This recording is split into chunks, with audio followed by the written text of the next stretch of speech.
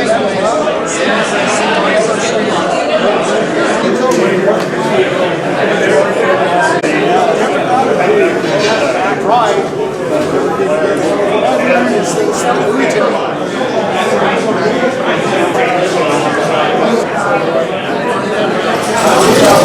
that's one minute. Just a quick announcement. So first, welcome everybody. We'd like to welcome you to the GLACIER 2022 reunion. It's been quite a while since many of us seen each other. I think some of us it's over 40 years.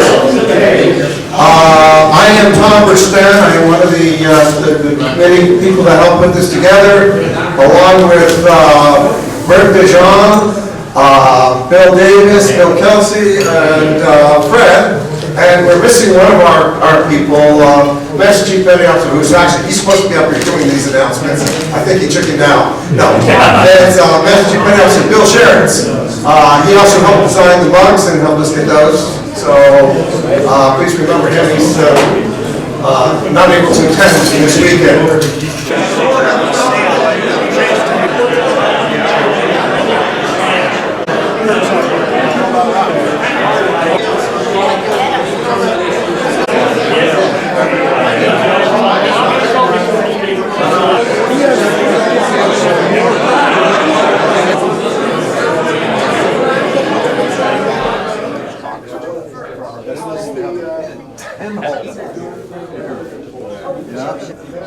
Yeah, so you took some teal ferry. You got no keels. Well, I was looking at it. Is that the over back in the rim? Well, it's the push from the head.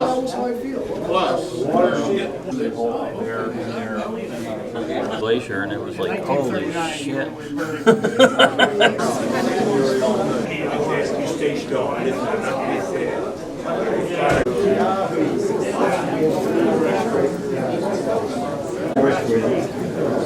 This is one of the original wind claims.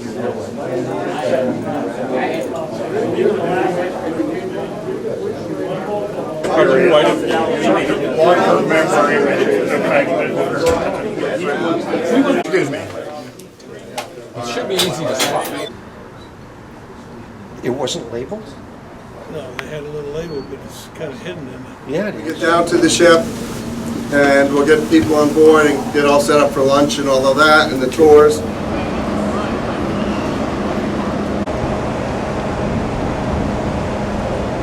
Arriving.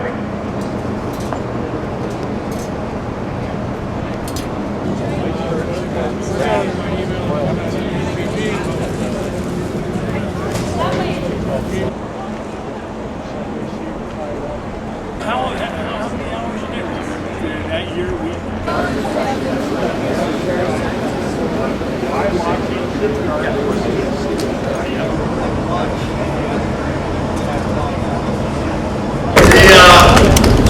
What a privilege it is to be on board the Star today.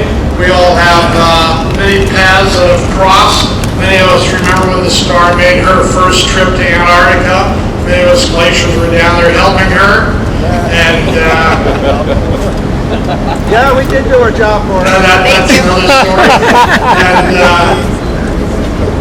And the Star has reciprocated quite nicely by hosting us today. It's up to them that we're within range of their helicopters, and they can kind of give us updates there as well. It's my understanding.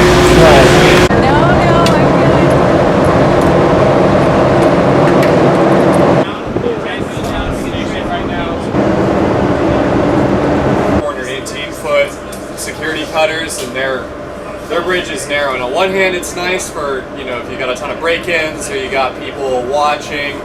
But when, you know, channel 13's here and channel 16's there and your tug channel's there, it's not very convenient. Yeah, it's like, wait, did I just hear somebody on that radio? But I'll know more about that when I get qualified. Hopefully here. But this kind of does. So you mentioned the Glacier had 10 prime mover engines. So we have, and was that, were they like diesel electric generators, or were they? Yes, diesel electric generators. Okay. So we have basically that same configuration up forward. So each of our 3 shafts can have 2 diesel engines on it. and that's what we do for most of our operations. And those are diesel electric, but then in addition we have gas turbines that directly go into the shaft. You don't operate both at the same time on the same shaft, but it gives you a lot of flexibility as far as your configurations. So I've read for ice breaking, it's nice to do gas turbine number 2 on the centerline shaft, and then the wing shafts have them on the engines, just because the gas turbines just suck through so much fuel so quickly that it's not really effective. You don't need the power. Way far up on that ice, you can't play. Yeah, exactly. Well, that's the one of. I was worried that I don't know how ingrained it was in icebreaker culture, but they asked all the ice pilots have to memorize like the 10 rules of ice breaking, and one of those is never use your full power. And basically, it's just that, well, if you get stuck, like it's better to have some in reserve than have it all out than you're. And I think we had some guys accused of Well, that was the discussion. I stood double. Talk about weird things. We had a discussion. Well, you could, for one. I mean, That's impressive. He really wanted to be here, but they're going to the National Science Foundation. They kind of got surprised. So he, XO, and Ops are all flying to DC right now to talk to some of the new NSF stakeholders. Basically, You know, I like what you said about the captain inviting the E3s, E4s up for have lunch. You know, because inclusion is absolutely. You know, gives you ownership. That's smart. I think this ship's pretty good about making sure that people's voices are heard, and that their needs are met. I think that's the biggest thing. Because I mean, everybody here in this room can attest that going to deployment is difficult and it's tough on people. And so when you get the opportunity to help your people out or show that you care, like you have to jump on it. Apparently, last year. There was like at 2 a.m. there was a phone call to the bridge saying like, hey, are you guys burning trash right now? Like, no, we're not burning trash. It was one of the officer staterooms, and they were like, oh, well, I smell smoke. And they go in there and like the cabin had been smoked out, and fortunately E&E was in the room next to them, and he was able to look in the overhead, and he found the short, isolated it, and like took care of it before it spread. And we were like, maybe it's not such a bad thing to not have the overheads, So these were just fenestrated metal panels, presumably, right? Yeah. I'll pitch that idea. I don't know how well hanging plants take to 40-degree rolls, but they were. Like the first collision with an icebreaker, first stowaway, first ODF, things like that. Yeah, stowaway. I remember some story about that. Yeah, so there's still a picture of her in the first class petty officer lounge. They kept her. There's like that short stairwell coming up. And what had happened was this girl was coming to see him, and he was engaged. Was he one? But not to her? Not to her, no. Oh, no. Yeah, and he,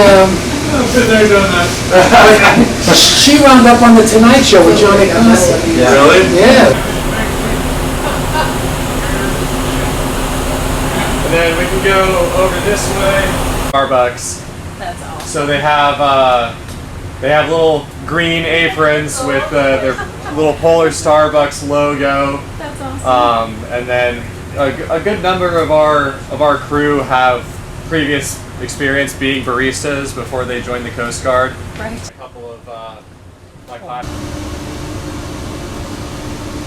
see nothing wrong with this.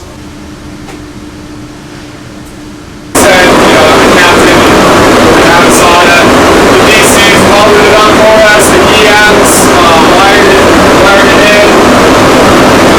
And then the joke was that there's a CCTV camera there, and if you ever were having trouble finding the skipper, you call his stateroom, he wasn't there, you can go to the CCTV feed, and you can see this towel that's hanging up there.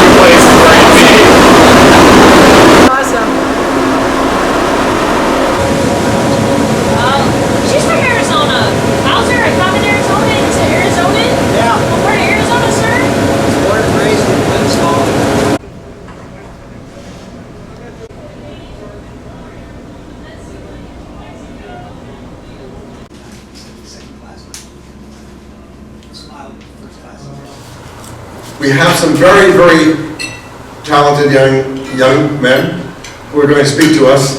And I say young because they are still young at heart, even though they look like the rest of us.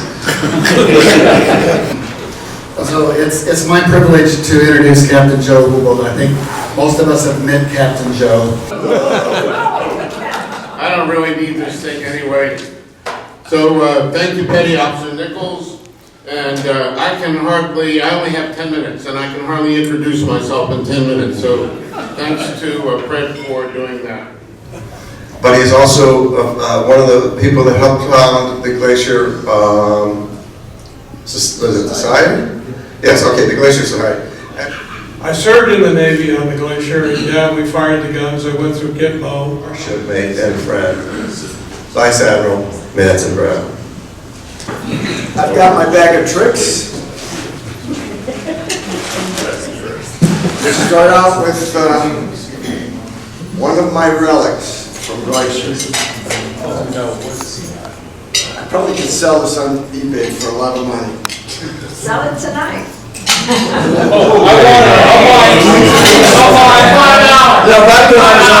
Back when I was on Glacier, this fit. Lifting to bring us all together. I think you've re-energized the Glacier reunion process, and I think success will build from this, and I look forward to supporting you. You did a magnificent job. 99038. Oh, that's me.